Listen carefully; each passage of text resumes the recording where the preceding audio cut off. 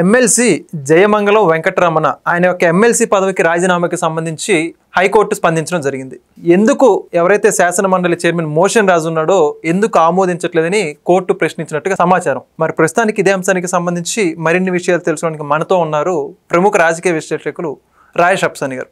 Sir నమస్కారం అండి. నమస్కారం సార్, ఎక్కడైనా చూసుకుంటే ప్రజాప్రతినిధులు వాళ్ళ రాజీనామా పత్రాన్ని సంబంధిత ఎవరైతే ఉన్నత పదవుల్లో ఉంటారో, ఉదాహరణకి శాసనసభలో చూసుకుంటేనే స్పీకర్ గారికి, శాసన మండలిలో చూసుకుంటేనేమో శాసన మండలి ఎవరైతే స్పీకర్గా వస్తారో వాళ్ళకి సమర్పించడం మనం ఆనవాయితీగా చూస్తున్నటువంటి పరిస్థితి.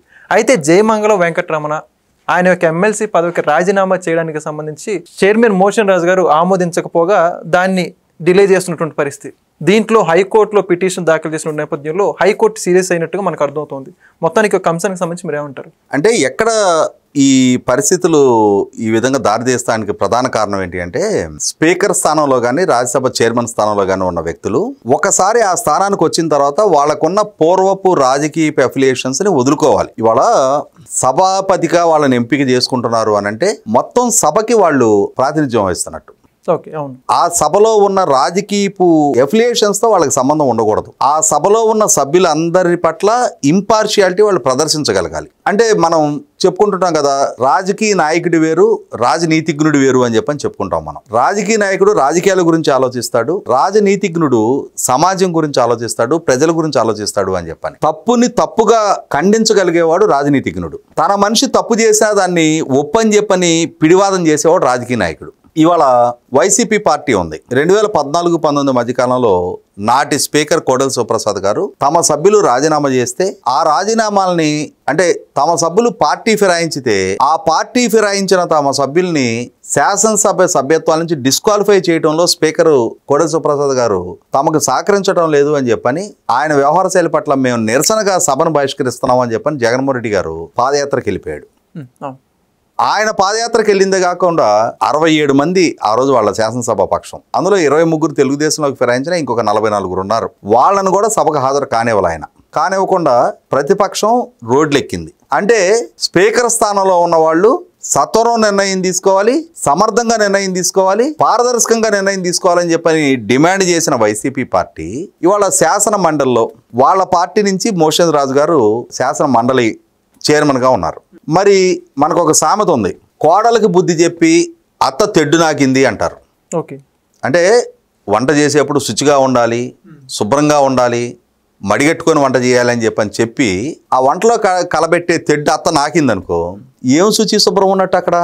అంటే చెప్పడానికే శుద్ధులు తప్ప ఆచరించడానికి ఉండవనేగా. ఇవాళ ఈ చైర్మన్ గారి ద్వారా అమలు జరుగుతుంది అదేగా. వైసీపీ పార్టీ నుంచి ఎన్నికైన కొంతమంది ఎమ్మెల్సీలు వాళ్ళు వాళ్ళ పదవులకు రాజీనామా చేయాలి అనుకుంటున్నారు. పదవిలో కొనసాగాలా వద్దనేది వాళ్ళ డిస్క్రిప్షన్. అది వాళ్ళు స్వచ్ఛందంగా రాజీనామా చేయాలనుకుంటున్నారా, ఏదైనా ప్రలోభపడో బెదిరింపుల వల్ల వాళ్ళు రాజీనామా చేయాలనుకుంటున్నారా, ఏదైనా ఎమోషన్లో అటువంటి నిర్ణయం తీసుకున్నారా అనేది వాళ్ళని పిలిచి 1-to-1 వాళ్ళతో ఇంటరాక్ట్ అయ్యి ఒక నిర్ణయానికి రావాల్సిన బాధ్యత చైర్మన్ గారిది. కానీ ఇక్కడ ఏమవుతుంది, చైర్మన్ గారు ఆయనకి రాజీనామాలు సమర్పించినా కూడా నెలల తరబడి ఆ రాజీనామాల్ని పరిగణలోకి తీసుకోవటం ఆయన. ఎందుకు? ఆయన గనక ఆ రాజీనామాలను ఆమోదిస్తే ఇవాళ అసెంబ్లీలో ఎటు వైసీపీ పార్టీకి ఏ హోదా లేదు. కౌన్సిల్లో వాళ్లకున్న సంఖ్యాబలం ప్రాతిపదికగా ప్రధాన ప్రతిపక్ష హోదా ఉంది. బొత్స సత్యనారాయణ గారు వాళ్ళ ప్రధాన ప్రతిపక్ష నాయకుడిగా కొనసాగుతూ ఉన్నాడు. ఇవాళ ఈ వైసీపీ ఎమ్మెల్సీలు గనక రాజీనామాలు చేస్తే మళ్ళీ తిరిగి వైసీపీ నుంచి ఆ స్థానాలు దక్కించుకోవడానికి వాళ్ళకి ఆస్కారం లేదు.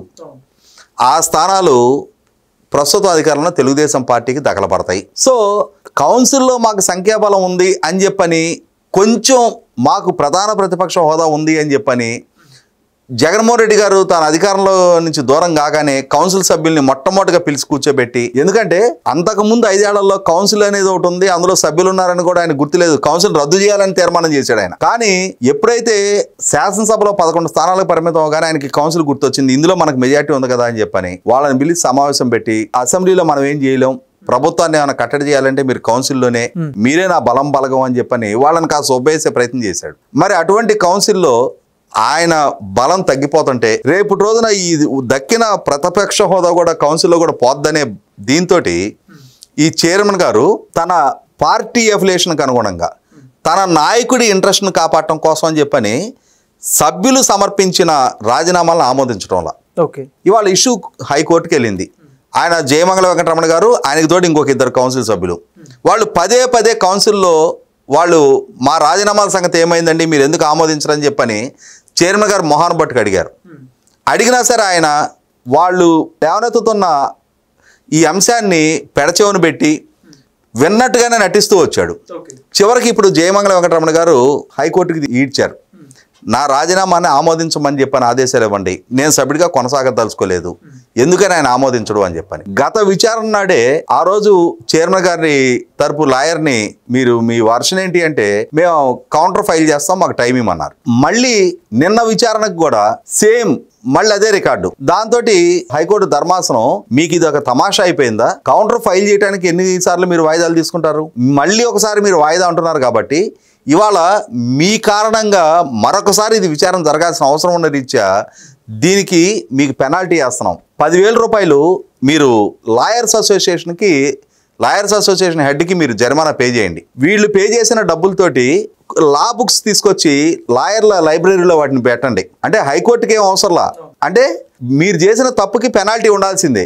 అంటే ఇవాళ చైర్మన్ గారికి జరిమానా వేసినట్టేగా, చైర్మన్ గారి లాయర్కి జరిమానా ఎటువంటి చైర్మన్ గారికి జరిమానా వేసినట్టేగా. ఒక్క క్షణం ఆయన పదవిలో కొనసాగడానికి హక్కు ఉందా? ఇవాళ నైతిక బాధ్యత ఉంటే ఇమ్మీడియట్ గా పదవి నుంచి రాజీనామా చేసి వెళ్ళిపోవాలి. ఆయన గనక మోరాలిటీ అనేది గనక ఆయన ఫీల్ అయితే ఒక్క క్షణం కూడా పదవిలో కొనసాగే నైతికత ఆయనకు ఉండకూడదు. తప్పు చేస్తున్నాడు అనేది నిర్ధారణ అవుతా ఉంది, కేసును ప్రొలాంగ్ చేస్తున్నాడు అనేది అర్థమయ్యే, ఇంటెన్షనల్ గా జరుగుతున్న ప్రొలాంగ్ అనేది అర్థమయ్యే ఇవాళ న్యాయస్థానం ఆ పనిష్మెంట్ వేయటం జరిగింది, జరిమానా. ఇవాళ కోర్టు శిక్షించడం అంటే మిమ్మల్ని గోడ కుర్చీ వేసి కూర్చోబెట్టో లేకపోతే 24 గంటలు జైల్లో ఉంచమని చెప్తేనే శిక్ష వేసినట్టు కాదు, జరిమానా విధించినా శిక్షే.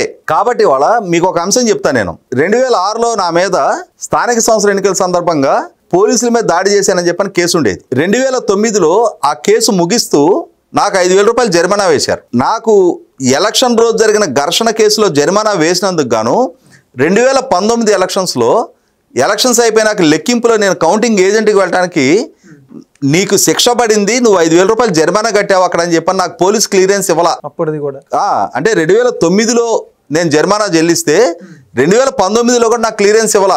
ఒక సామాన్యుడి దగ్గరికి వచ్చేటప్పటికి ఇంత చట్టాలు వర్తించేది, శాసన మండలి చైర్మన్ అయితే వాళ్ళకి అడిషనల్ ప్రివిలేజెస్ ఉంటాయా? తప్పు చేసినప్పుడు ఎవరైనా తప్పుకు బాధ్యులే.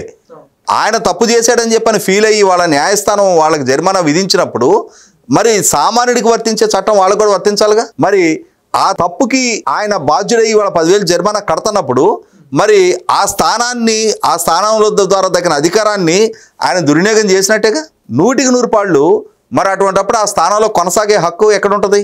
అంటే ఇవాళ ఆ స్థానానికి ఉన్న ప్రివిలేజ్ దృష్ట్యా ఆ స్థానంలో స్పీకర్నో చైర్మన్నో విమర్శిస్తే అక్కడ ప్రివిలేజ్ మోషన్లు మూవ్ చేసేవాళ్ళు మరి ఈ విధంగా ఆ స్థానం గౌరవానికి భంగం కలిగించినప్పుడు మరి వాళ్ళ మీద ఏ ప్రివిలేజ్ మోషన్ పెట్టాలి? 100% పాళ్ళు ఈ జయమంగళ వెంకటరమణ ఈ రాజీనామా అంశాన్ని తన పార్టీ ప్రయోజనాల దృష్ట్యా తన అధికారాన్ని తన స్థానాన్ని దుర్వినియోగం చేస్తున్న నేపథ్యంలో ఇవాళ న్యాయస్థానం ముందు కూడా దోషిగా నిలబడ్డ నేపథ్యంలో ఖచ్చితంగా శాసన మండలి చైర్మన్ నుంచి మోషస్ రాజు గారు రాజీనామా చేయాలనేది నా డిమాండ్. Thank you sir. నమస్కారం. Please subscribe to Leo news for more videos.